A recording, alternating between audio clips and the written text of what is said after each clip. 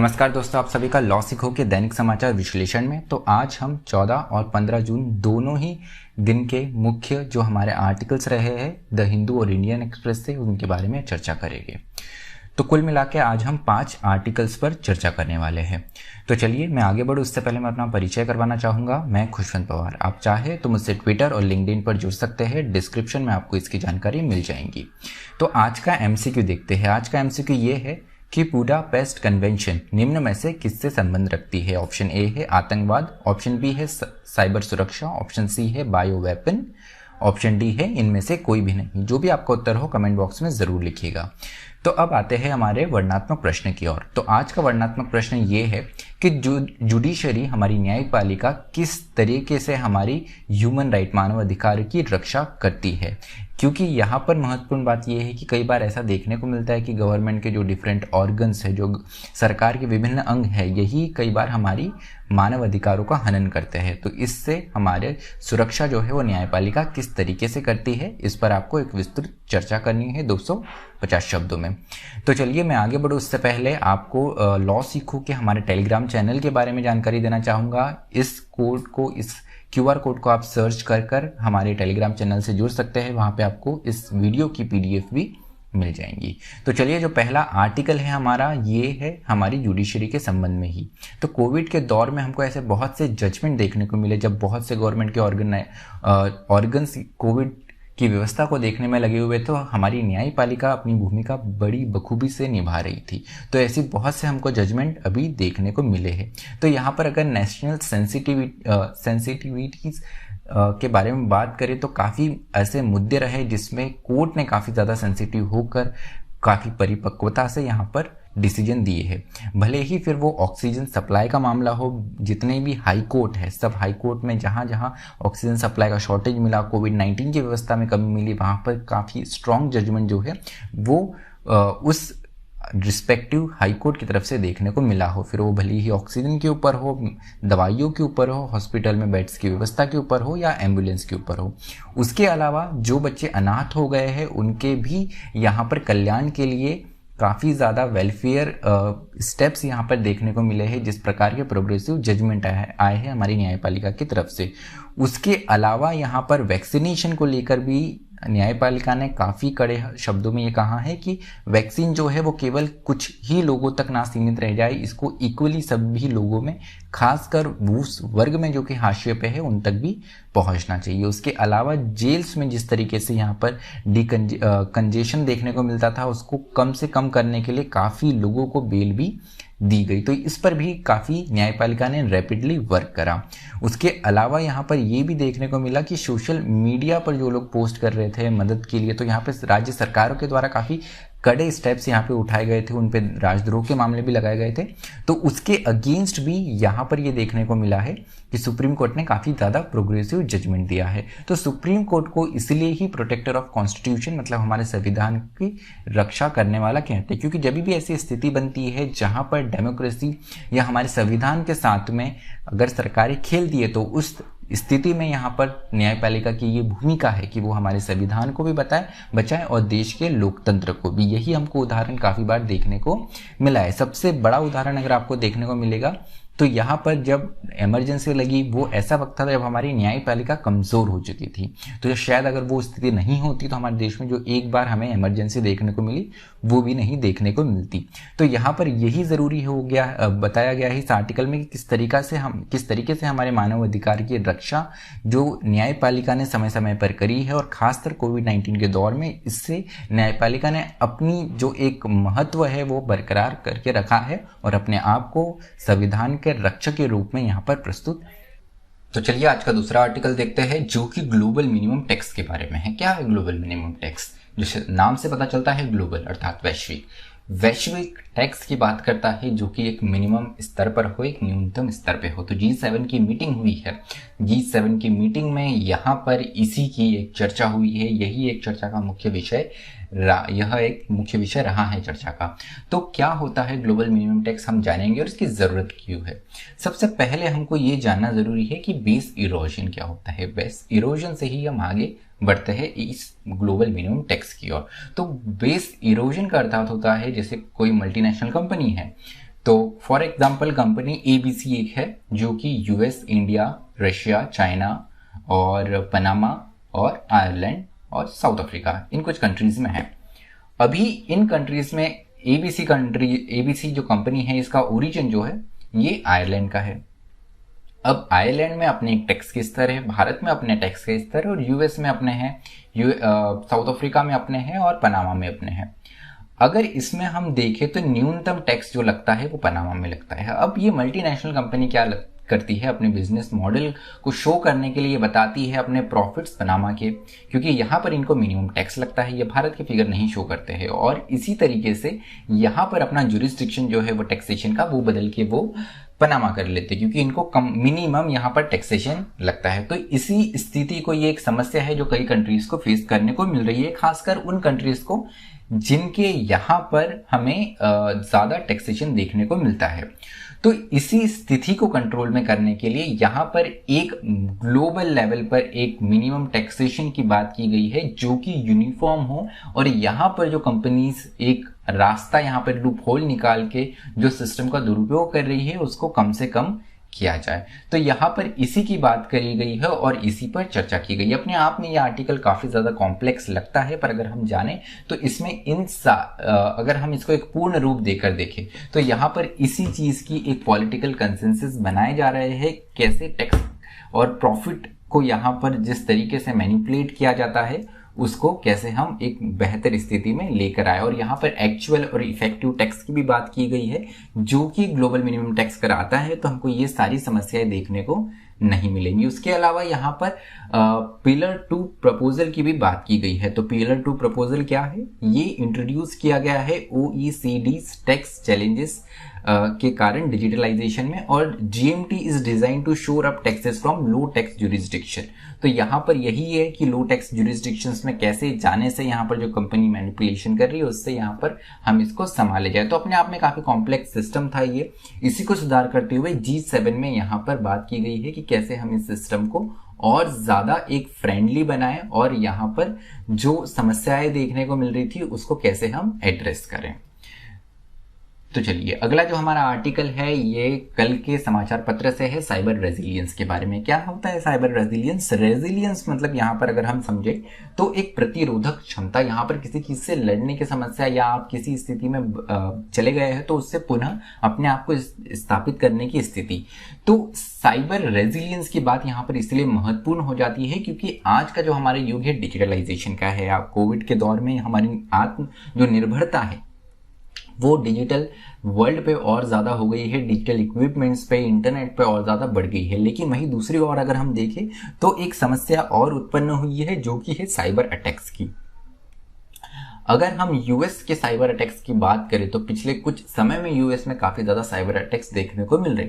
Solar wind ये एक ऐसा साइबर अटैक था जो कि यूएस गवर्नमेंट ने के डिफेंस, एनर्जी और स्टेट पर अटैक किया गया, और ये इनने आरोप लगाया कि रूस के द्वारा, रशिया के द्वारा किया गया। वही अगर हम यहाँ पर 2021 की बात करें तो यहाँ पे चाइनीज ग्रुप हफनीम के द्वारा यहाँ पर यूएस ऑर्गेनाइजेशंस को हैक किया गया यहाँ पर, और माइक्रोसॉफ्ट सॉफ्टवेयर को भी काफी ज्यादा यहाँ पर अटैक देखने को मिला। उसके अलावा 3 मेजर अटैक और हमें देखने को मिले यहाँ पर। जो कोलोनियल पाइपलाइन है मेजर सप्लाई करती है जो यूएस ईस्ट कोस्ट में, उस पर भी एक अटैक देखने को मिला। उसके अलावा रशिया के द्वारा नोबेलियम भी यहाँ पर अटैक एक देखने को मिला है जिसमें करीब करीब 3000 ईमेल अकाउंट्स की फिशिंग अटैक किया गया है। तो यहाँ पर कंसर्न उत्पन्न हो जाता है इस प्रकार का, क्योंकि कई प्रकार से हमको रैंसमवेयर, फिशिंग और स्पीयर फिशिंग जैसी समस्या भी देखने को मिलती है। रैंसमवेयर क्या होता है, आपके सिस्टम में वायरस एक मेलवेयर डाला जाता है और उस मेलवेयर को हटाने के लिए यहाँ पर जिस व्यक्ति ने उसे क्रिएट किया है वो आपसे रैंसम मांगता है, मतलब यहाँ पे आपसे फिरौती मांगता है। अब वो जमाना चला गया है कि किसी व्यक्ति को किडनैप करके फिरौती मांगी जाए। अब आपके सिस्टम को बर्बाद करके भी या सिस्टम को हैक करके भी यहाँ से आपसे रैंसम मांग सकते हैं। तो पिछले अगर हम 1.5 वर्ष पूर्व की बात करें तो ये काफी ज्यादा फेमस था। फिशिंग क्या होता है, फिशिंग में फॉर एग्जांपल आपके को ईमेल द्वारा एक मेल किया जाता है, जैसे आप सो एंड सो अमाउंट जीत गए, आप $2 करोड़ यहाँ पर जीत गए, या आप कुछ अमाउंट ऑफ सम आप यहाँ पे जीत गए, और फिर आपसे मांगा जाता है कि हाँ इससे अब आपकी ट्रांजैक्शन फीस लगेंगी तो आपको इतने पैसे भरने अनिवार्य है।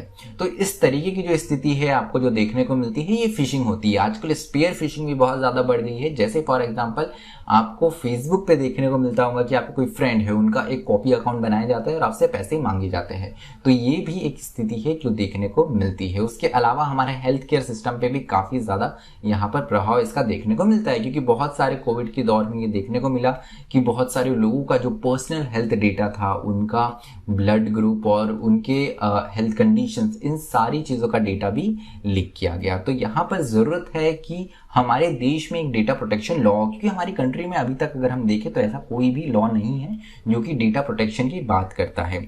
हाँ, हमारे पास में आईटी एक्ट है, इंफॉर्मेशन टेक्नोलॉजी एक्ट है, लेकिन वो अपने आप में काफ़ी ज़्यादा सीमित है और आईपीसी जो है वो समय से काफ़ी ज़्यादा पीछे है इस मामले में। तो अभी जब हम AI, machine learning, quantum computing की ओर बढ़ रहे हैं और यहाँ पर जब नई अपॉर्चुनिटी सामने आ रही, तो ऐसी स्थिति बन रही है कि हमको एक अच्छे लीगल रिजीम के साथ में आना चाहिए। साथ ही साथ साइबर सुरक्षा के लिए भी हमें अपने सिस्टम को दुरुस्त करने की आवश्यकता है। और यहाँ पर एक बात की गई है कि जीरो ट्रस्ट बेस्ड इन्वायरमेंट जो है, zero trust on and point devices भी होना जरूरी है, जिससे हम हमारे जो सेंसिटिव डेटा है उसको प्रोटेक्ट कर सके।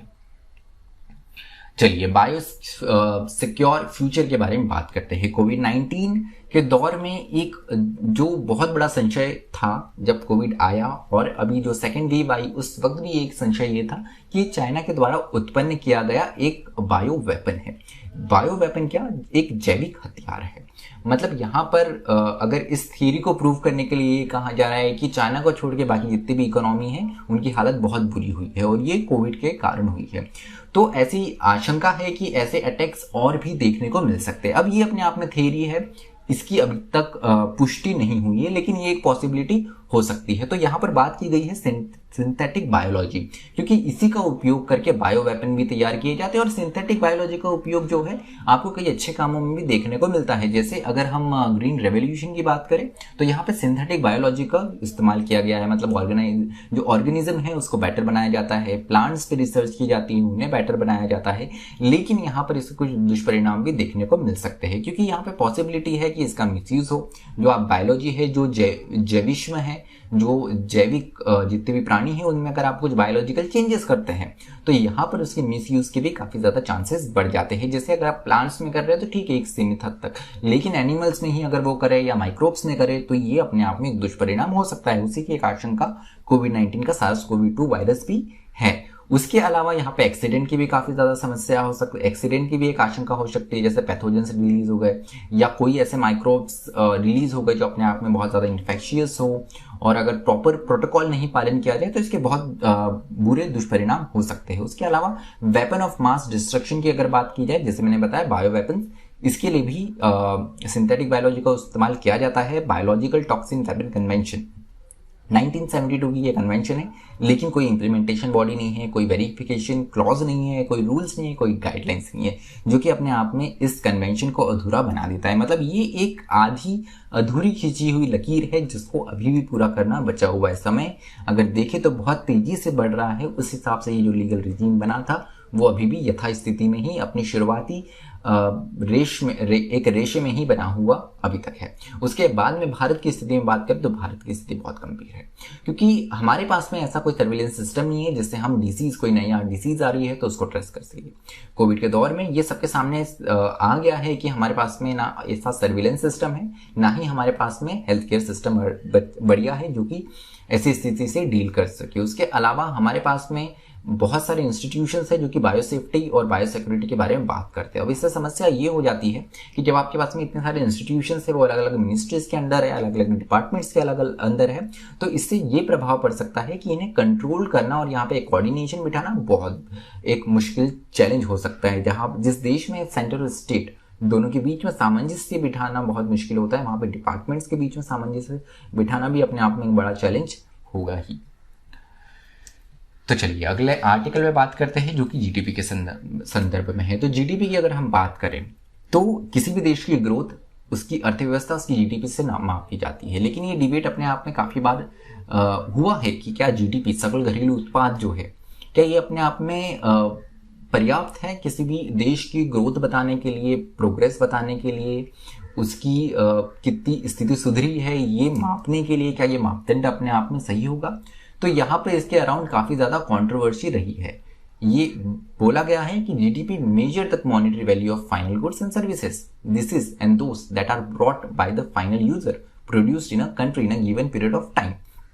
तो एक समय सीमा के अंतर्गत जितने भी फाइनल गुड्स और सर्विसेज आपकी कंट्री में तैयार किए जाते हैं उनके अनुसार उनका जो फाइनल प्रोडक्ट होता है या जो सम होता है उसी को हम जीडीपी कहते हैं। लेकिन इसके अगेंस्ट कंट्रोवर्सी और आर्गुमेंट हुए हैं। जैसे हमारे देश के चीफ इकोनॉमिक एडवाइजर, जो भूतपूर्व चीफ इकोनॉमिक एडवाइजर रह चुके हैं, अरविंद सुब्रमण्यम, इन्होंने 2019 में यहाँ पर क्वेश्चन किया है जीडीपी को अपने आप में, खासकर जब जीडीपी को कैलकुलेट करने के जो फॉर्मूलेस थे उनमें थोड़ा बदलाव किया गया सरकार के द्वारा, तो उस पर अरविंद सुब्रमण्यम ने सवाल उठाया था, जो कि कहीं ना कहीं अपने आप में जब आप इसे कैलकुलेट कर रहे हैं उसी पर सवाल उठता है।